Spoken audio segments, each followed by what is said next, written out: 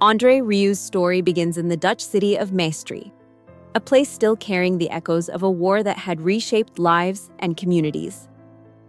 Born on October 1st, 1949, he grew up in a household where music was everywhere, yet warmth and affection were measured and rare. His father, a celebrated conductor, demanded precision and discipline, while his mother, attentive but reserved, offered approval rather than spontaneous love. In such an environment, young André quickly learned that silence could be as powerful as sound, and that recognition was often a substitute for the emotional connection he craved. At 6, he discovered the violin, an instrument that would become his companion, confidant, and voice. The first notes he drew from the strings filled spaces that tenderness had left empty, offering solace and a sense of purpose. Hours of solitary practice honed his talent while instilling a deep awareness of discipline, patience, and the quiet pressures of expectation. Music became more than a skill. It was a refuge, a language beyond words, and the earliest shaping force of a life that would one day touch millions. The early struggle for expression. By the late 1960s, André entered the Royal Conservatory of Brussels, full of hope and curiosity, only to find a world dominated by competition and formality. Creativity was often undervalued, and a student's passion could be dismissed if it threatened the rigid standards of precision. Some teachers mocked his desire to create music that was joyful, uplifting, and connecting, considering it naive or frivolous.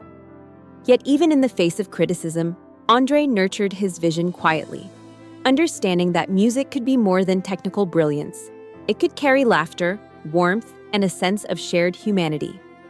This duality defined his early years: the ache of wanting to be fully heard and the exhilaration of discovering that the violin gave him a voice when words failed. It was in these moments of challenge that the seeds of resilience were planted and the determination to blend skill with soul began to grow. Founding the Maastricht Salon Orchestra. In 1978, André made a bold step toward realizing his vision. Without financial security and with limited encouragement from his family, he founded the Maastricht Salon Orchestra in a modest rehearsal space in Maastricht.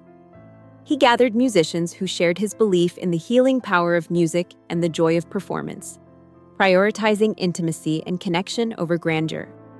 The early concerts were small, the audiences intimate, but the energy was electric, laughter and music mingling in a way that felt rare and profound.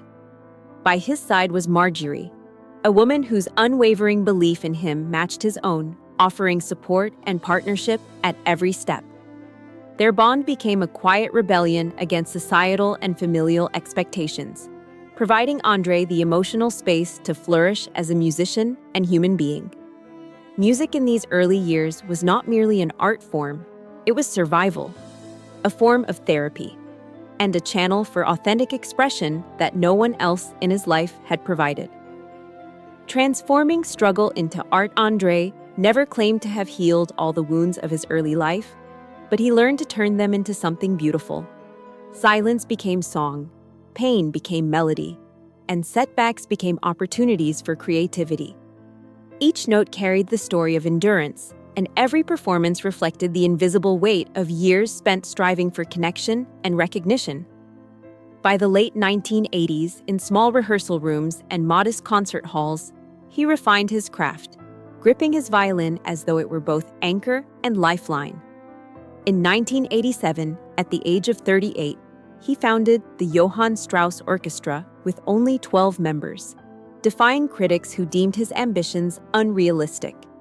André's vision was clear: music should feel alive, joyous, and accessible to all. A direct contrast to the rigid formality dominating classical circles. The early years were punishing: financial uncertainty, endless rehearsals, grueling travel. But he persisted, counting coins by dim lamplight, sacrificing meals, and enduring physical exhaustion to ensure his orchestra could thrive. Applause became both reward and lifeline, a reminder that every hardship carried the possibility of shared joy. Breaking through. André's perseverance eventually brought recognition, as audiences responded not just to technical mastery, but to the humanity woven into every note. In 1995, a performance at a UEFA Champions League match catapulted him to international stardom. Tens of thousands of people were captivated by the vibrancy of his waltzes, and the violinist who had spent decades struggling quietly finally became a household name. Fame, however, came with its own challenges: constant travel, relentless performances, and the pressures of managing an expanding musical enterprise. Hotels and airports became second homes, and rehearsals became daily rhythms akin to a heartbeat. While the public saw charisma and elegance, the personal cost remained largely invisible. The exhaustion, the sacrifices, and the weight of responsibility behind every smile. Even at the height of acclaim, André's journey remained grounded in the persistence and love for music that had defined him since childhood. The weight of leadership. By the late 1990s, André had built a musical empire in Maestro, overseeing every detail from concert logistics to recording sessions. He treated his orchestra as a family, ensuring that each member had housing, food, and support, yet the responsibility weighed heavily. Sleep became scarce, decisions felt monumental, and the relentless pace tested both body and mind. His devotion, however, was unwavering, a reflection of a man whose love for music intertwined seamlessly with his care for those around him. Even during times of financial strain, such as unexpected cancellations in 2009, André prioritized the well-being of his musicians over personal comfort, demonstrating the same resilience and thoughtfulness that had marked his career from the beginning.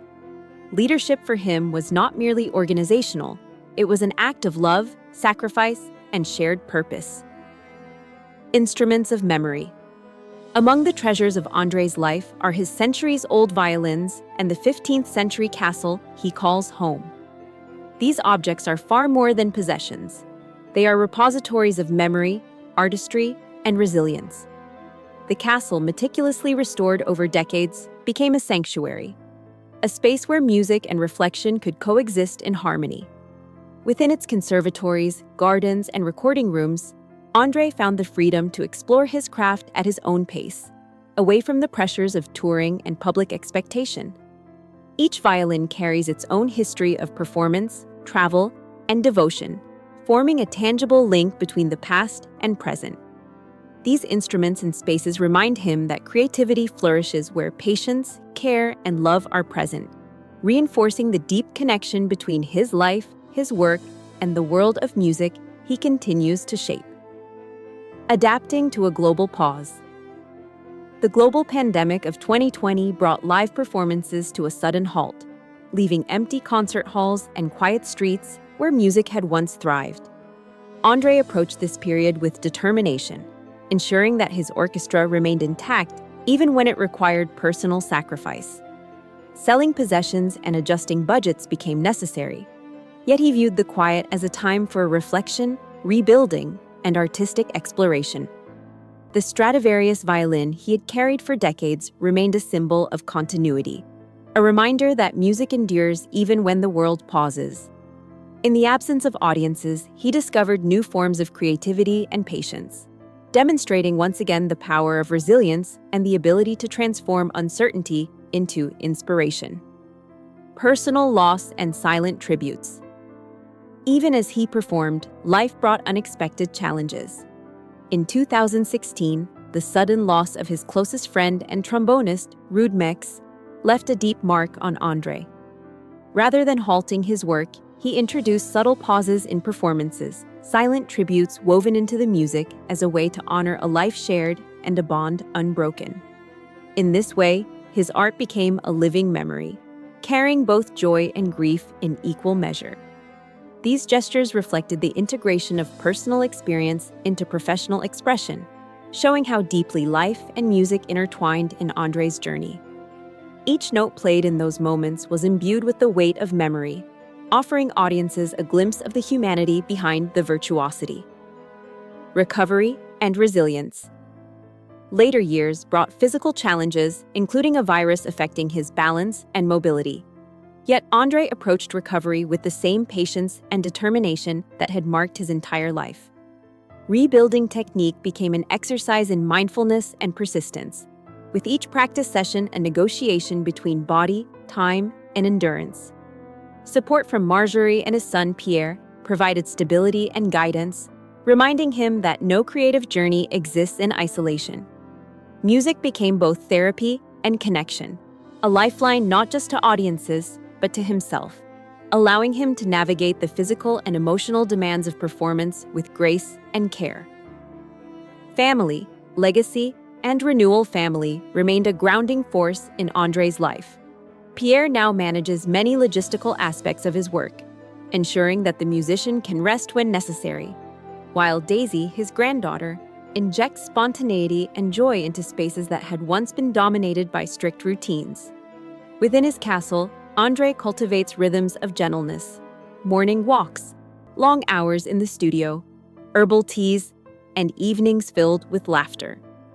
Music continues to be central, but it is no longer an obligation. It is an extension of life, enriched by reflection, care, and presence. This balance between family and art demonstrates how creativity can coexist with human connection, making his later years both productive and deeply fulfilling. Music as endurance. Even at 76, André continues to perform and create, each waltz resonating with decades of lived experience. His music carries layers of memory, struggle, triumph, and human connection, reminding audiences that the power of art lies not merely in technical skill, but in the emotions and resilience it conveys. His legacy is measured not in wealth or fame, but in the countless hearts touched, steadied, and inspired by his performances. Every note embodies a life lived fully, a testament to persistence, creativity, and the ability to transform personal and collective hardship into beauty. With life in harmony. André's journey reflects the intersection of talent, discipline, and unwavering resilience. From the silent, disciplined halls of his childhood to grand stages across the world, he has navigated loss, illness, and the responsibilities of leadership while remaining devoted to his vision. His violins, his castle, and his orchestras are more than symbols. They are living embodiments of perseverance, devotion, and joy. Through every challenge, he has demonstrated that greatness is not only measured by applause, but by the ability to endure, rebuild, and continue creating with heart and intention. Conclusion: the music that refuses to fade. André Rieu's life is a celebration of music, resilience, and the enduring strength of the human spirit. Stages may empty, applause may fade, but the legacy of a lifetime devoted to art remains. Each waltz he performs carries memory, hope, and the quiet triumph of persistence. Walking through the sunlit corridors of his castle, surrounded by instruments, laughter, and reflection, one sees that music is not simply performance, it is life itself. André's story reminds us that, despite hardships, the heart behind the music continues to dance, resilient, enduring, and rich with beauty. A testament to the power of art to transform life and inspire generations.